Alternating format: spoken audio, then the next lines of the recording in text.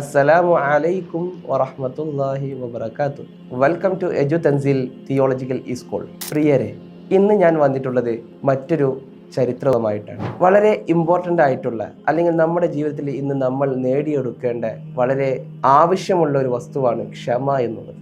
ജീവിതത്തിൽ ക്ഷമയില്ലാത്തതിൻ്റെ പേരിൽ പലരുടെയും ജീവനും കുടുംബവും നഷ്ടപ്പെട്ടത് നമ്മൾ ധാരാളം കണ്ടിട്ടുണ്ട്. ചെറിയൊരു വിഷയങ്ങൾക്ക് വേണ്ടി നമ്മൾ ക്ഷമ നശിക്കുമ്പോൾ അവിടെ ഉണ്ടാക്കപ്പെടുന്നത് ഇബ്ലീസിൻ്റെ ഇടപെടലുകളും അത് വലിയതായിട്ടുള്ള പ്രശ്നങ്ങളും തർക്കങ്ങളിലേക്കുമാണ്. ഇവിടെയാണ് മൗനത്തിനും ക്ഷമക്കും വലിയ പങ്കുകൾ നമ്മൾ കാണുന്നത്. നമുക്ക് കഥയിലേക്ക് വരാം. ഒരിക്കൽ നബി സല്ലല്ലാഹു അലൈഹി വസല്ലമ തങ്ങൾ വഴിയിലൂടെ ഇങ്ങനെ നടന്നു പോവുകയാണ്. നബിയുടെ ഓപ്പോസിറ്റ് ഭാഗത്ത് നിന്നായിട്ട് ഒരു അനറബി കടന്നു വരികയാണ്.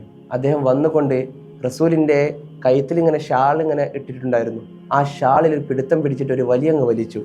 ആ വലിയിൽ റസൂലിൻ്റെ കഴുത്തിൻ്റെ ഭാഗത്ത് തിണറ് കൊട്ടുകയും മുറിവാകുകയും ചെയ്തു എന്നുള്ളതാണ്.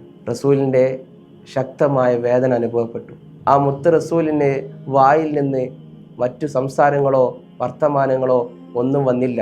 ആ അനറബി ആ ഒരു ഷാള് വലിച്ചിട്ട് റസൂലിനോട് പറഞ്ഞു, എനിക്ക് തരാനുള്ളത് എനിക്ക് തരിക എന്നുള്ള സംസാരിച്ചിട്ട് അദ്ദേഹം പോവുകയാണ് ഉണ്ടായത്. റസൂൽ അവിടെ പുഞ്ചിരിച്ചു നിന്നു.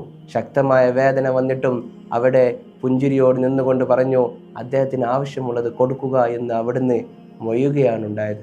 ഇവിടെയാണ് നമ്മൾ ക്ഷമയെ കാണേണ്ടത്. ക്ഷമിക്കുക, അത് വല്ലാത്ത വലിയൊരു പ്രശ്നത്തെ അത് ചുരുക്കി കൊണ്ടുവരും എന്നുള്ളതാണ്. പുഞ്ചിരിക്കുക വലിയൊരു സ്ഫോടനത്തെ അല്ലെങ്കിൽ വലിയൊരു തർക്കത്തെ അത് ഇല്ലാതെയാക്കും.